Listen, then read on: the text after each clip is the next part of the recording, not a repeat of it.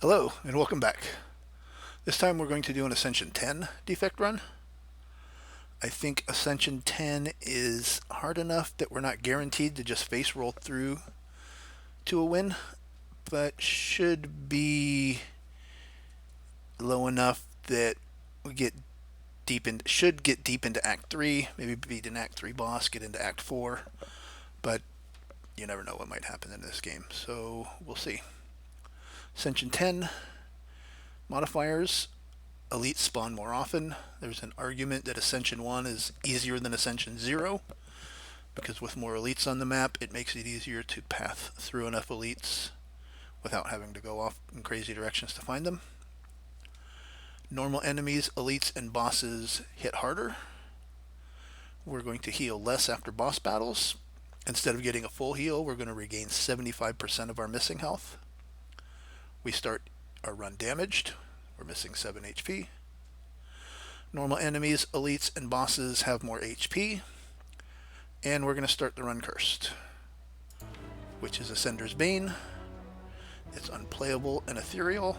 If it's in our hand at the end of the turn, it's exhausted and removed from the deck until the next fight. So it's a dead draw the first time through our deck, and then we don't have to worry about it anymore. Now for our whale bonus, we can choose colorless card. Colorless cards, in my opinion, are not good. There's some that might be fine, but they're very niche, they're very situational, some are just not good. I don't like this choice at all. We can obtain 3 potions. Potions are at worst no value. We can't get a potion that's going to actively hurt us like we could with a colorless card. Some can be game winning. So this is significantly better than the first choice. This choice is better at Ascension 10 and lower. At Ascension 11 modifier, we're going to lose a potion slot. So this time we would get to keep all 3 potions instead of having to pick one to give up. We can give up our 99 gold and choose a rare colorless card. After spending a little bit of time talking about how terrible colorless cards are, I have to say this one's kind of doing something for me. Rare colorless cards in a shop I think the base cost is about 180 gold. So we're getting this for half price. I spent a couple minutes looking at the reference spreadsheet, and there's some rare colorless cards that could do something for us. There's a couple that could be run defining.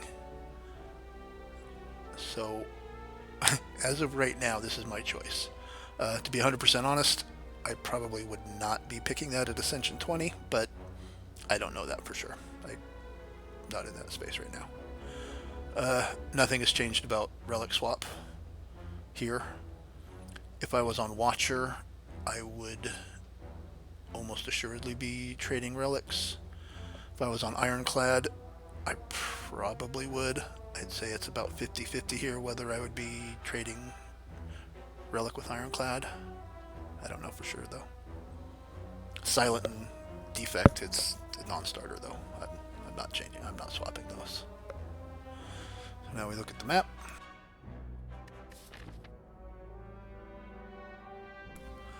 Alright, this time we're fighting Guardian.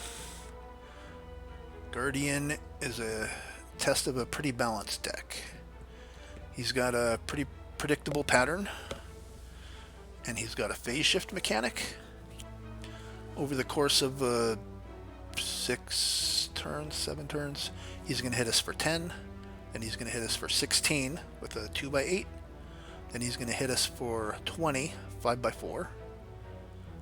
He's going to block, then he's going to debuff, then he's going to hit us for like 40. The 20, the block, the debuff, and the big hit can all be interrupted if we do enough damage and phase shift him.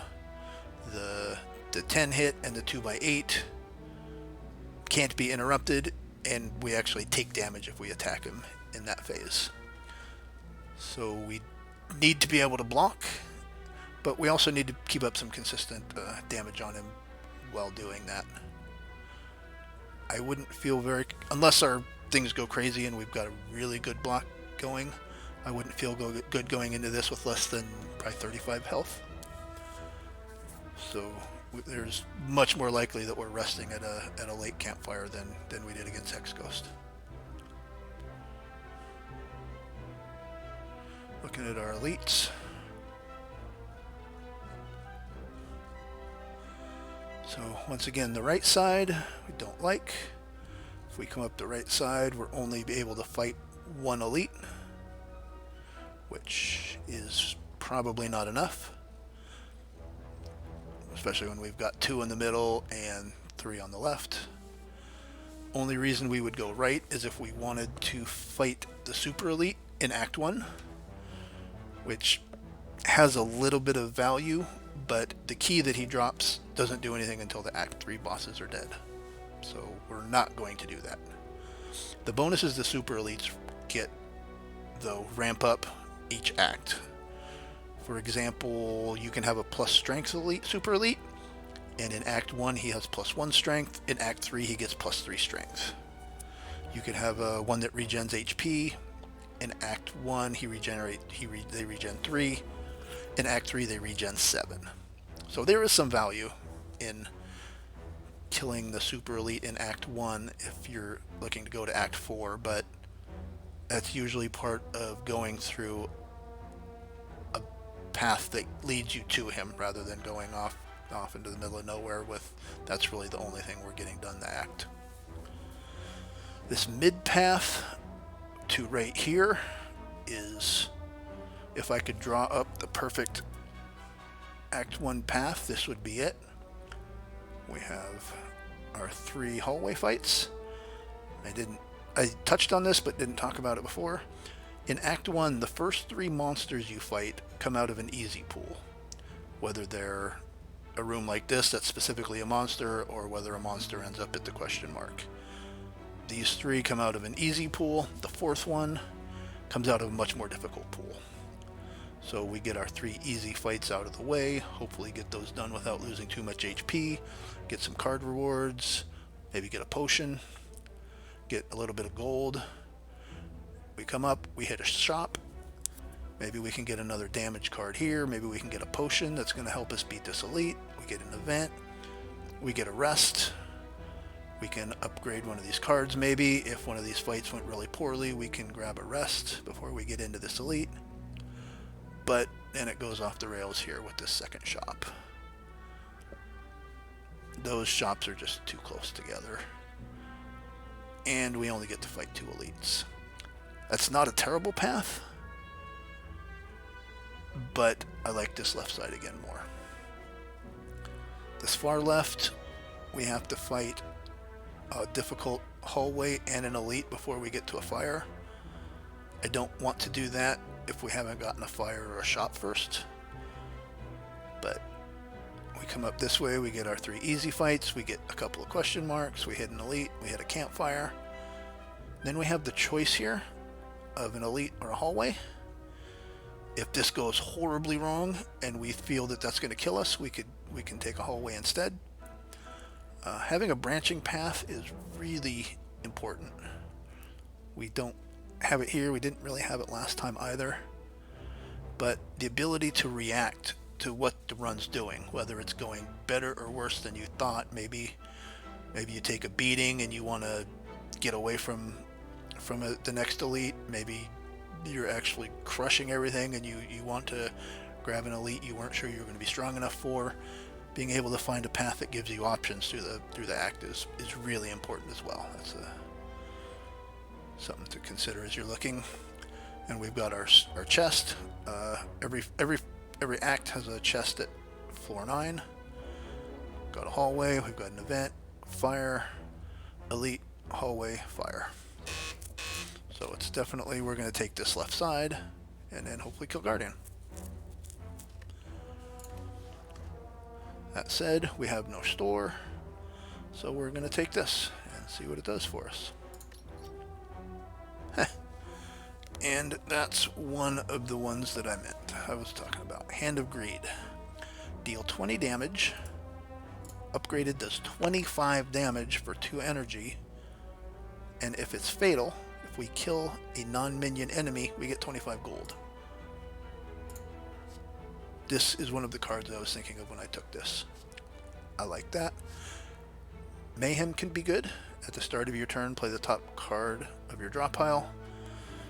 If you've got some high value cards, 3 energy powers, things like that, you can play them for free with this. Violence is one of the ones I was hoping to avoid, but we don't need to think about it because we're taking Hand of Greed. And we're coming here. So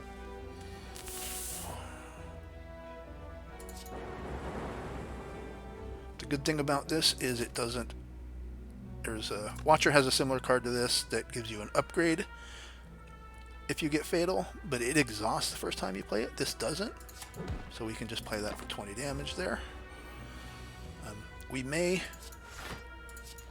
end up taking more damage than normal in this fight, trying to fish fatal with that,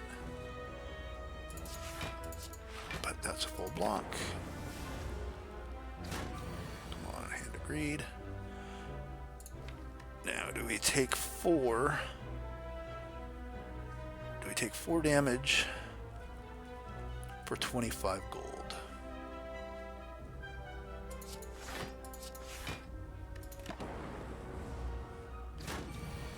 We took the card, we kind of have to. Well, 20 gold, I guess. So there's 12 more gold. Here's one of the game-winning potions I mentioned. Essence of Darkness. We channel a dark orb for each orb slot that we have. That's not important now, but this will be a good damage potion later. And Ball Lightning is still a very, very... It's probably the best defect damage card. At least common damage card.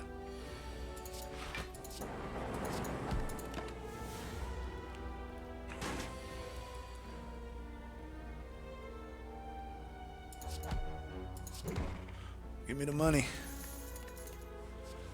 Oh. Alright. So here's an interesting choice. As I said last time, Cold Snap is really good. Like, second to Ball Lightning for damage commons.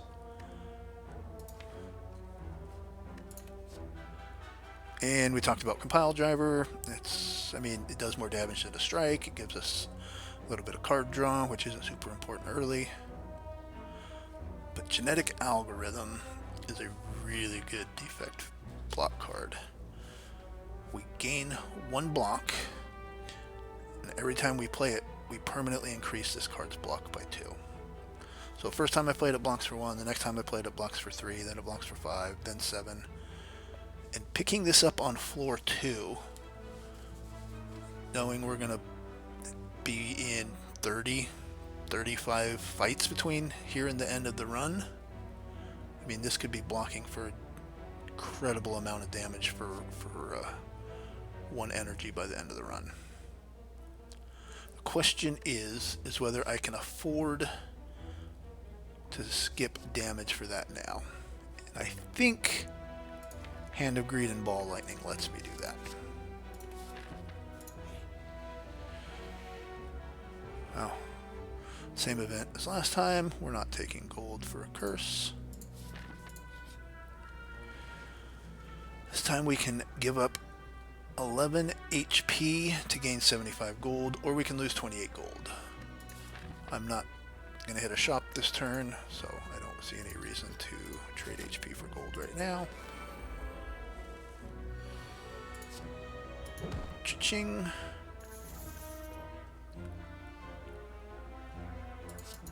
I'll get that Genetic Algorithm played. Defend, defend. See if we can get another Hand of Greed off.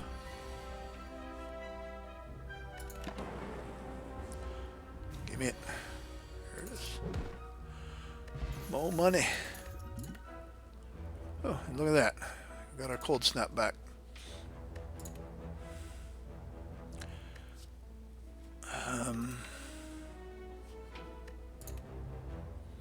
Boy, these are three good cards. Talk about the one we're not going to take. Charged Battery is a decent little block card. Blocks for 7 for 1 energy. Next turn it gives us an energy, which can be really good if you get a couple of these going. On the upgrade, it actually blocks 10 damage for 1 energy, which is pretty significant. This will be the one early block card we pick up, though, so we're not going to take a Charged Battery here. Ball Lightning is so good. I mean, it does 7 damage for 1 energy, and then channels an orb that sits there and hits people for 3 every turn, and then can be evoked for 8 or 16. It's just bananas, but it's a tough call between the Ball Lightning and the Cold Snap.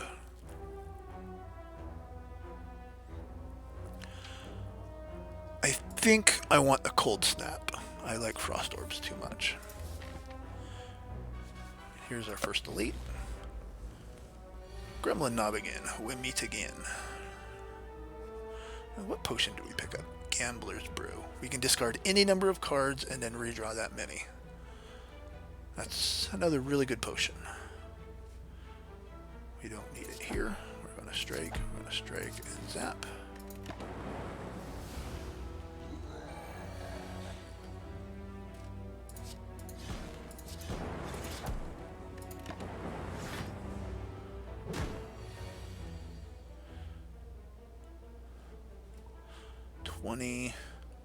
Is that lethal? That's 16, 36, 39. Boy, I really want to play this genetic algorithm. But if we can, this is too good to be true, is this right? 16 and 20 is 36. That hits for 3. Getting out of here with 1 hit and 20 gold that's insane. I'll give up a genetic algorithm proc for that. There we go. White Beast Statue. Potions always appear in combat rewards. So every time we kill something, we get a potion reward. Lets us be a bit more aggressive with our potion use. We don't need to save them.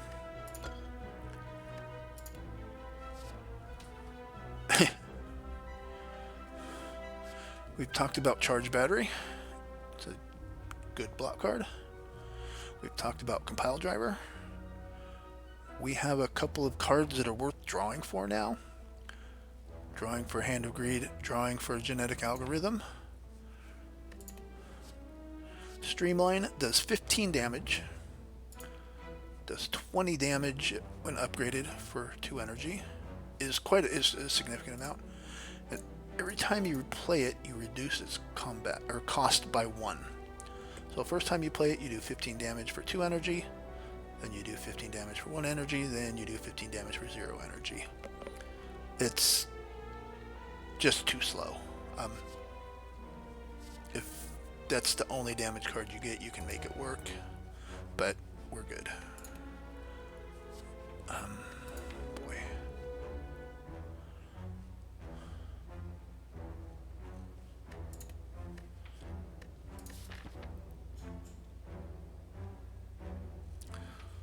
So we just fought Gremlin Knob. So elites. So there's 3 elites. There's a Gremlin Knob, there's Lagavulin, and then there's Tri-Sentries. You can't fight the same elite twice in a row. So this has to be Lagavulin or Tri-Sentries.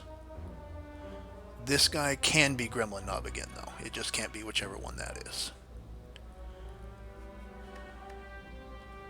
I feel like I'm trying to talk myself into taking this Charged Battery. And I think I've done it. As I said, we need to block against Guardian. We need to be able to block big amounts of damage. 7, potentially 10 block for 1 energy helps with that, and getting more energy the next turn helps us block or do damage on that turn. So we'll take that. Go to a fire. This is Hand of Greed without even thinking about it. We absolutely destroyed Gremlin Knob.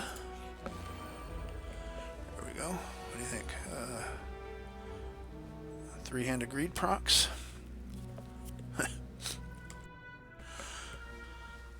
So, trick here.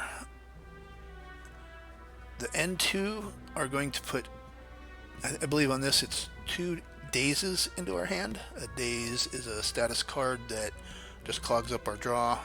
It's ethereal like Ascender's Bane, but it's going to make it much harder to draw our good cards. The middle guy is hitting for 10.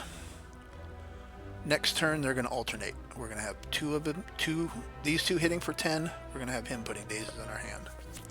So this fight, like all the Act 1 elites, is very much a DPS race. We need to kill one of these N2 as fast as we can.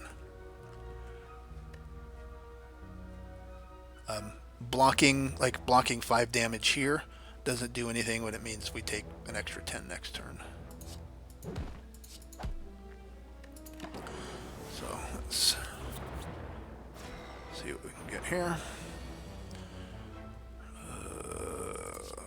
Cold snap.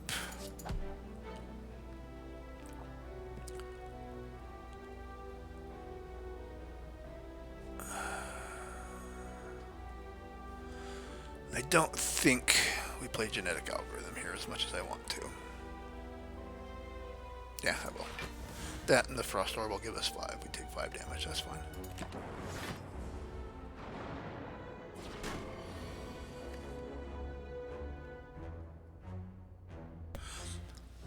Generally now the plan is that we kill middle. With Defect it can be kind of odd with the way that our orbs hit random targets. But almost always the middle one's the next target here. Let's hit that. I think I'm going to charge battery here. We take 1 and have another energy for next turn. Let's see if we can get that. Hand of Greed. Nope. So here the dazes are coming in. We're able to block those. Hit him. Waste of an energy. Give me that Hand of Greed.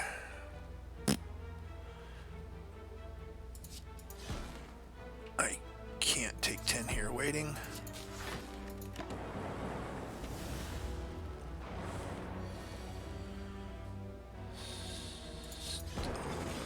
Hand of Greed. Last hope. Come on, baby. There it is. Oma Murray. Negate the next 2 curses you obtain. That's fine. It's not great. But, I mean, getting rid of 2 curses is nice. Speed Potion. Gain 5 dexterity. At the end of your turn, lose 5 dexterity. Open potion slot, so no thought there.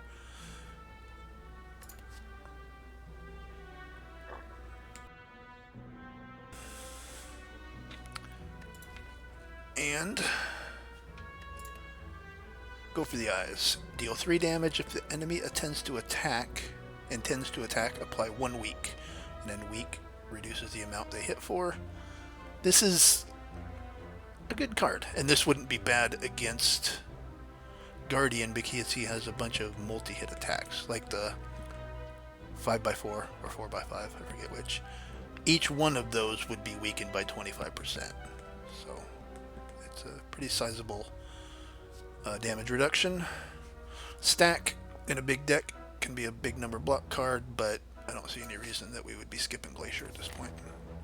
Other than the fact that we now have 2 important cards that both cost 2 energy, so I'm liking that charge battery pickup even more now. We get our chest, we got a medium-sized one. Now we get Mastroika. Right. The next 2 non-boss chests you open contain 2 relics. This is another one that's not immediate help. It's giving us help in the future, but it's better than the key.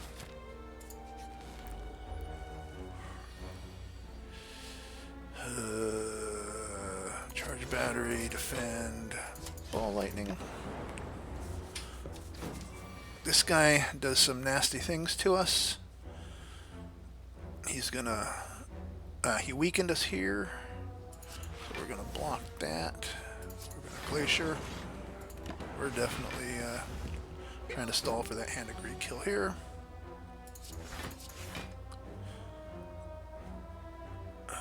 That's fine.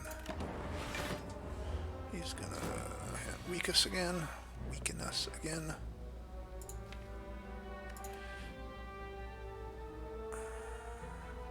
5, 8.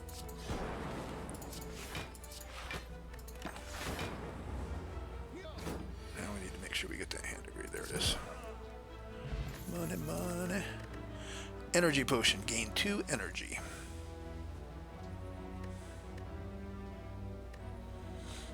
It's a good potion, but our potion slots are full. So we're going to look at our card reward while we think about that.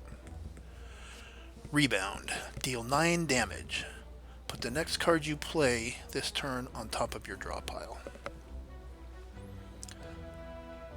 The 9 damage for 1 energy is nice, but we've mostly got our common damage thing worked out. We're looking to figure out how to do more than that now. The rebound effect is interesting. And with Charged Battery, with Hand of Greed, with Glacier, is probably better than Skip, which I don't say about Rebound too often. Loop is a power. We play that and it stays in effect for the rest of the combat. At the start of your turn, trigger the passive ability of your next orb, which is our right-handed orb. That's a good card. If you have a lightning orb in your first slot, it does an extra 3 damage. If you have a frost orb there, it gives you an extra 2 block per turn. You get 2 block at the start of your turn, and then at the end of your turn it procs again. I didn't really talk about how orbs work. Maybe I should do that. Another Charged Battery is good, but I don't think it's time for that.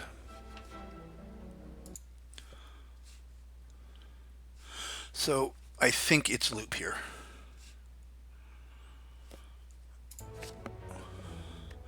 Back to our potion. We're not getting rid of Essence of Darkness. We're not getting rid of Gambler's Brew. That's just too good at saving us from a disastrous draw. Speed Potion is the only one I'd give up. Where are we? Our next fight's an Elite. Probably going to keep the Speed Potion. One thing to note here, at the end of your turn, lose 5 Dexterity. That's a debuff. And if you get something that clears a debuff, like an artifact or orange pellets or something, you can get rid of the lose 5 Dexterity debuff and gain 5 Dexterity for the whole fight. It's a pretty powerful effect. But I think we keep that. And we skip the potion.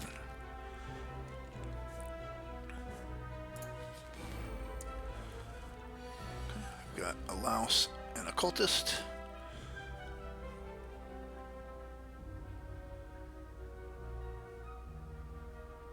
I think we'll hit him to split that. We hit that, and then we'll charge battery for more energy next turn. So, didn't talk about it last time. He previously buffed himself. At the end of his turn, he gains 4 strength. And he never stops attacking. So this turn he hits for 6. Next turn he hits for 10, then he hits for 14, then he 18. So we need to get this guy dead as fast as we can. This guy's annoying. I mean, he made us weak. He's going to attack us occasionally, so I'd like to get rid of him. I'm probably going to dual cast here and hope that one of them kills him.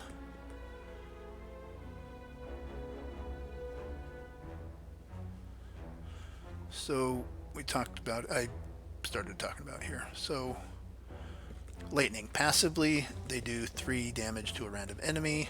And then when they evoke it, it does 8 damage to a random enemy. So with Loop, that will just shoot off an extra 3 damage at the start of my turn if I play Loop, when I play Loop. Alright, there's that. Play our cold snap for a little bit of block. We'll loop that. And we'll zap.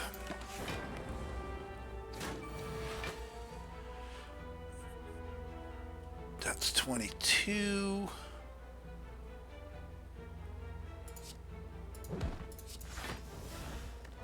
Take one here. I would really like a Hand of Greed, but 14.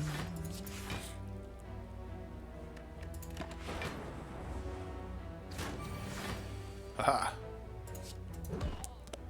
All the monies. Ah, boy. We're probably going to take this potion. This gives us 2 more orb slots. Orb slots are extremely powerful. 1 frost orb that blocks for 2 is nice. 5 orb slots that blocks for 2 is significantly better. Alright, we see a rare card. That's a bit surprising, but Claw. As I said before, we're done with damage commons. Reprogram, lose 2 focus, which is the defect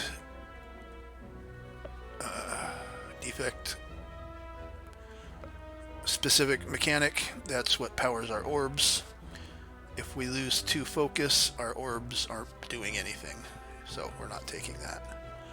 Buffer, prevent the next time you would lose HP. Any amount of HP. Whether it's 1, whether it's 100, this blocks that.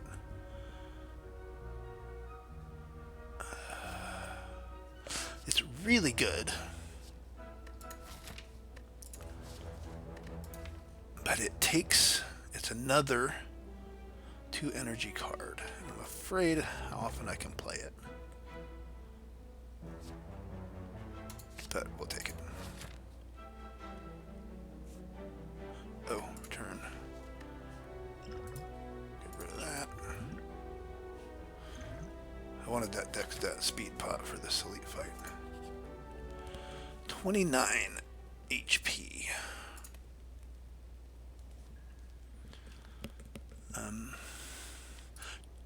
Genetic algorithm is almost never worth upgrading, especially as early as I got it. That's not something we're going to do, even though it seems like it's something that might be good.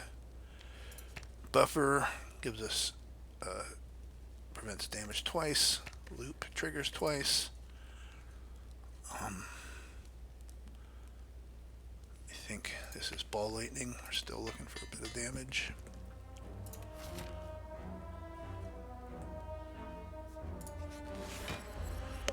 Lagavulin. So we can play a zap, we can play a charge battery. So he sleeps for 3 turns. On turn 4, if we don't do anything, he'll wake up hitting us for 20. He will wake up before that if we do any HP damage to him, which here would mean doing 9 damage. So we don't want to do that this turn.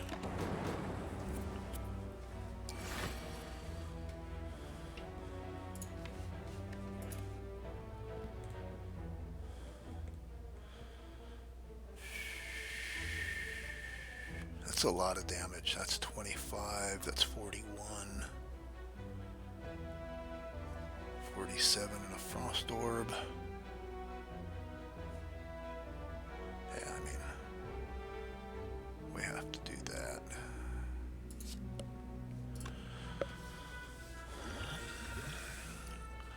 We need to play a potion here, I think. But I don't need to play one here. I'm not going to play darkness. This is a good draw. And there's no need to play a potion for 2 extra orb slots when I've already got an empty one. And soon to be a second empty one. So now Cold Snapper Loop. I think it's Cold Snap, but it's close.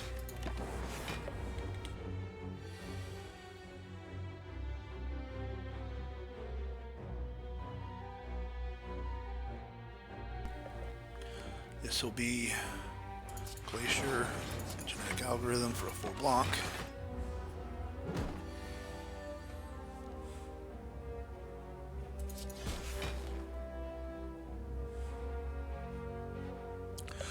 play buffer and block this whole 20. But I think I would rather play those. Yeah, that actually blocks for full blocks without using our buffer. Strike. Right. So this debuff here debuffed us for 1 dexterity and 1 strength. So now our defends are only blocking for 4. Our attacks are doing 1 less damage, which is unfortunate. If we hadn't got hit with that, this could have been fatal here.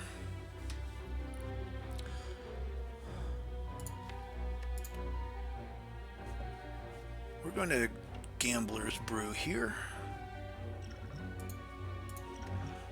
1, 2, 3.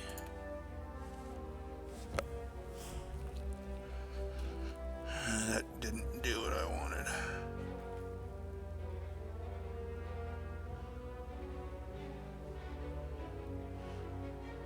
I don't know what I wanted to do. Anything I wanted to do doesn't work because that's a 2 energy card. I mean, I could dual cast that for 10.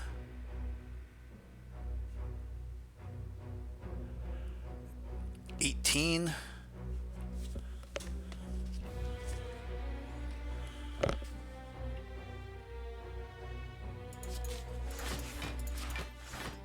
Oh, 20. Miscounted again.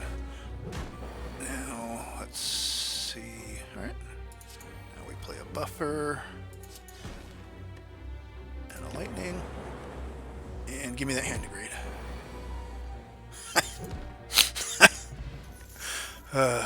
That's funny.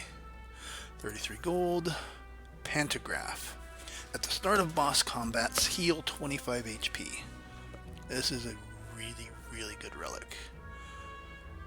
This means we don't have to rest at that last campfire of an act as often. Right now, previous to this, I would probably rest here, because like I said, I wouldn't feel comfortable in there going with less than 35, but if we get out of there without taking damage, we're suddenly at 56, 54, I don't know, I'm not mathing well tonight. Sweeping Beam. Deals 6 damage to all enemies and draw a card. Leap. Good block. Genetic algorithm. We don't want a second genetic algorithm. So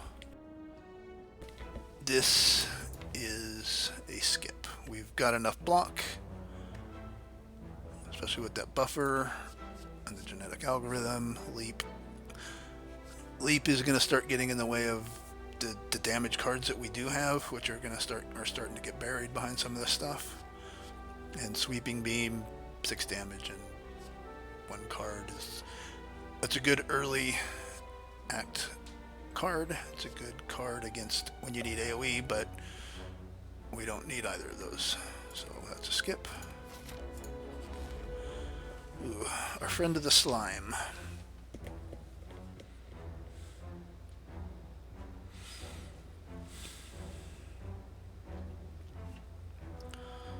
So the gray slime hits us with Frail, which reduces our block from block cards. So getting some Frost Orbs in play is important, I think. And let's put that energy off for next turn.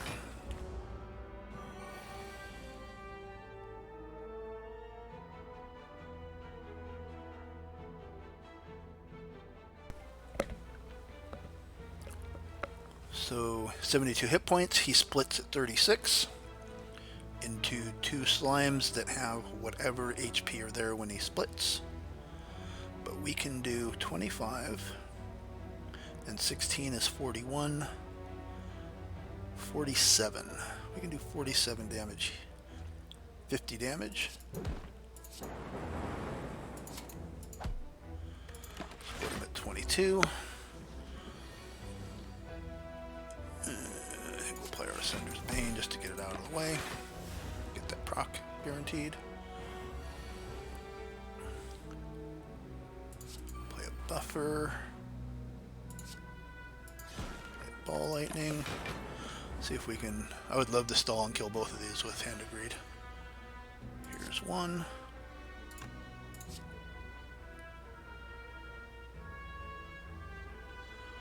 We're going to kill the lower HP one so we don't accidentally kill that with lightning orbs as we wait for Hand of Greed to come back.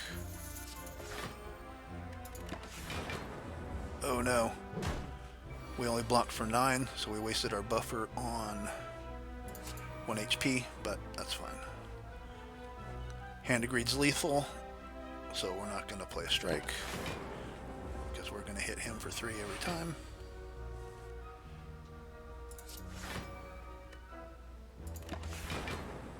We've got 2 turns and 11 cards, so we're not guaranteed.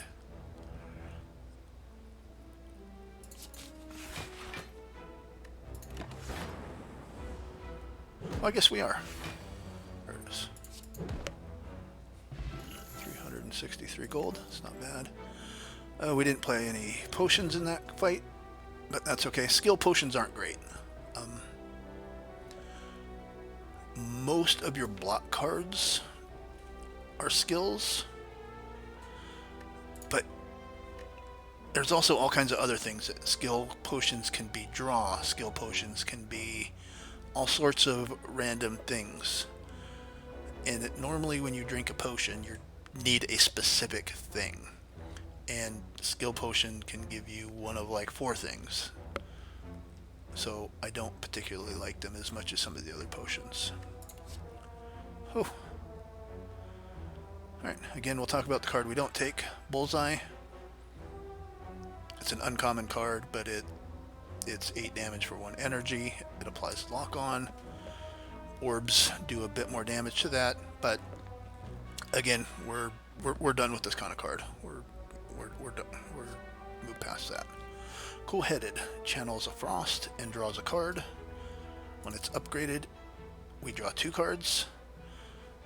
This is a really good card, but defragment is ridiculous. We gain a focus. Upgraded, we gain 2. We play defragment. All of a sudden, our orbs are passively hitting for 4 and are evoking for 9. Our frost orbs are blocking for 3. In general, I see defragment, I take defragment. There's not any thought there. So we're blocking for quite a bit. We've got a buffer. We've got a defrag with some frost orbs, so we're absolutely not resting, especially with the pantograph. This is defragment without question.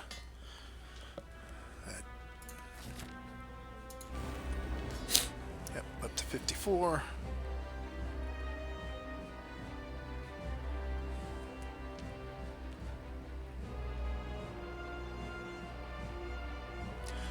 So, thoughts I'm having now are potions. We're going to get a potion from this fight. I can drink a power potion, which are usually boss fights is a good time to do that because power cards are better in longer fights. This fight's gonna go for a while. Potion of capacity is really good now with that defrag. I mean, we get 5 orbs with a 5 orb slots with 2 focus. We're going to be doing a lot of damage. We're going to be blocking a lot just standing there while the rest of our cards do stuff. I'm going to drink the power potion because there could be a capacitor card in there that does the same thing as the potion. I see defrag, I take defrag.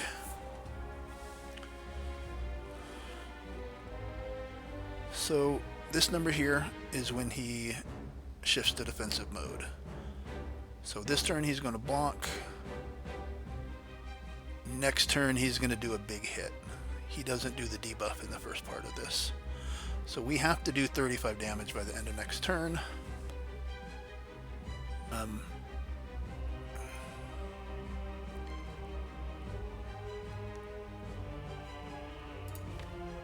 think this is buffer ball lightning. So now this 36 is 0. That's not going to hurt me, which is good because I'm not getting through 26. We're now passively hitting for 6 and evoking for 11. Dual cast is doing 22 damage.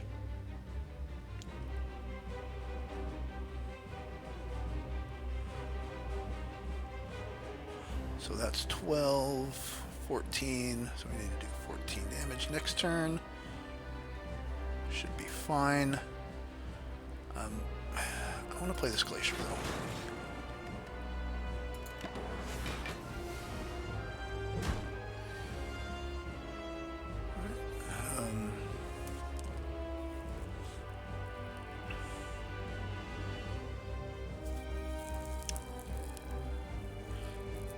So this is definitely a strike. He's at 9. I want to get as far past this 9 as we can before he goes defensive. So if I hit him for exactly 9 now, he would be at 224 and in defensive stance. If I hit for 6 and then 25, we push him that much further. The other option is the dual cast. Do 22 damage to him here. I mean, if we struck dual cast loop, I think that's always the line.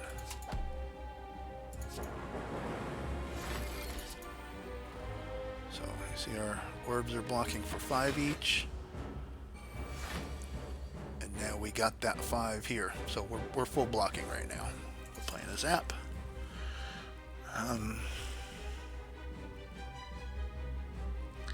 This is kind of the awkward phase for genetic algorithm.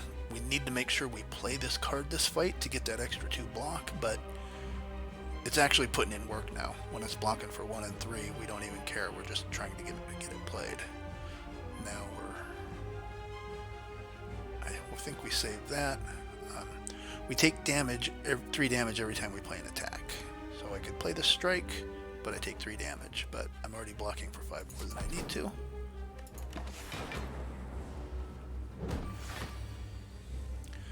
Here's the 16. We're already at 15.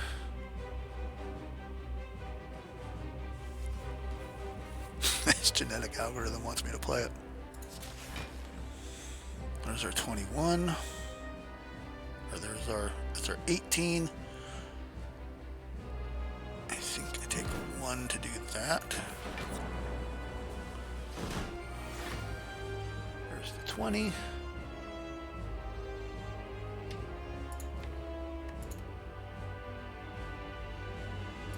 Definitely that.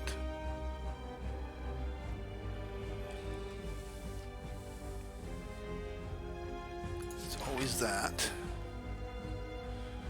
And I'm trying to decide if I play the ball lightning and lose this frost orb up here that's being looped for 10 block every turn. I think these 2 orbs are doing enough work that we don't need to.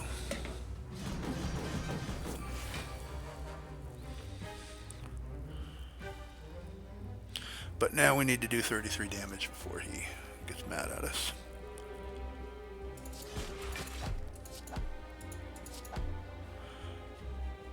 That gets through.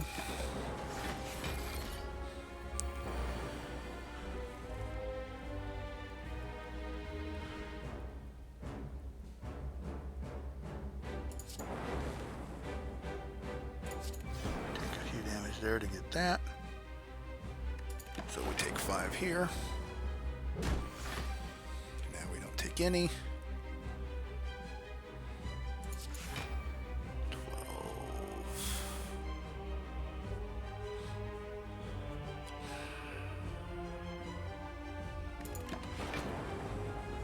Don't think I can stall for a hand of greed here, though I'd love it.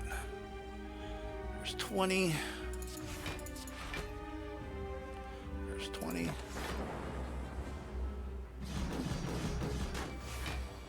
Come on, baby. Wow. That was a pretty crazy Act 1. compared to the last run I did this morning, night and day. Granted, it's easier, but just things came together better. I mean, we got so much better cards. The relics, while still aren't great, are actually, I mean, two of them are doing something for us. 500 gold in Act 1 is bonkers, especially after giving up our 99.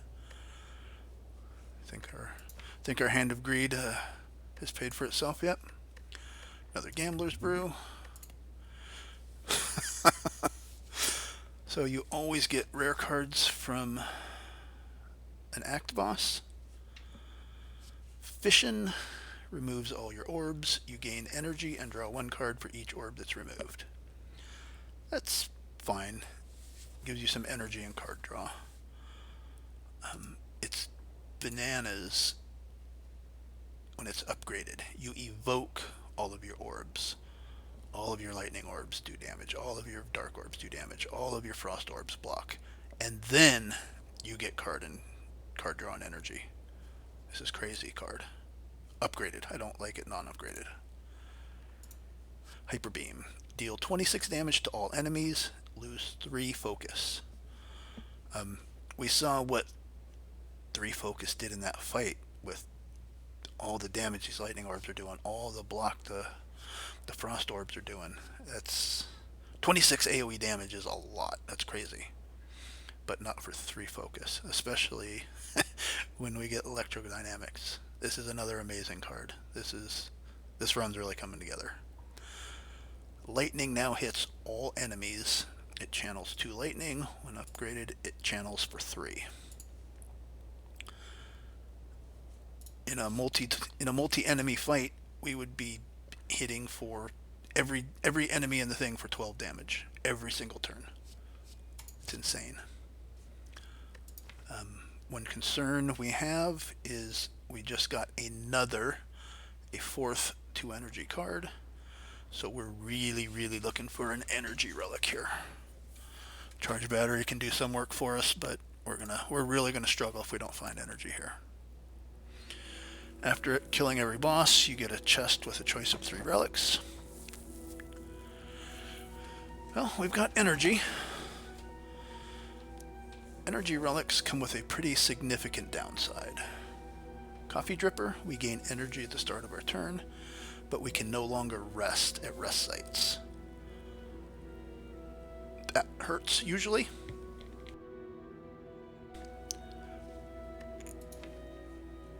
That's definitely a consideration here, because we're pretty strong defensively.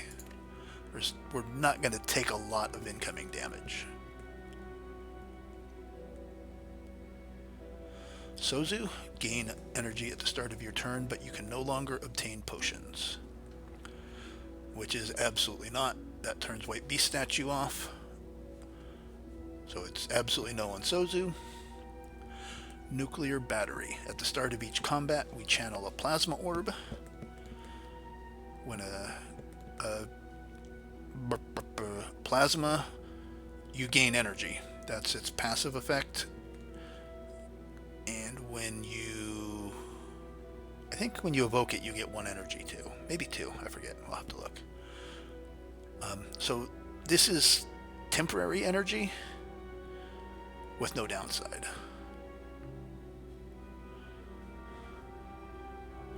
I might regret it, but I think I'm going to take the Nuclear Battery over the Coffee Dripper. Coffee Dripper is 1 energy at the start of your turn, every turn, no matter what.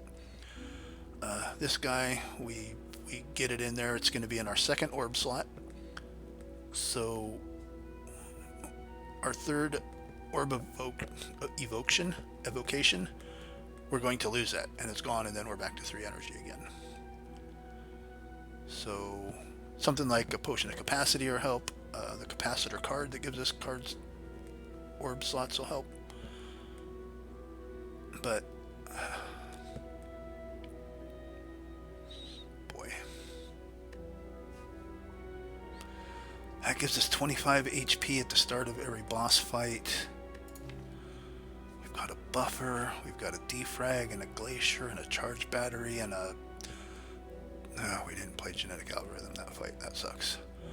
A 13 block genetic algorithm and going into Act 2.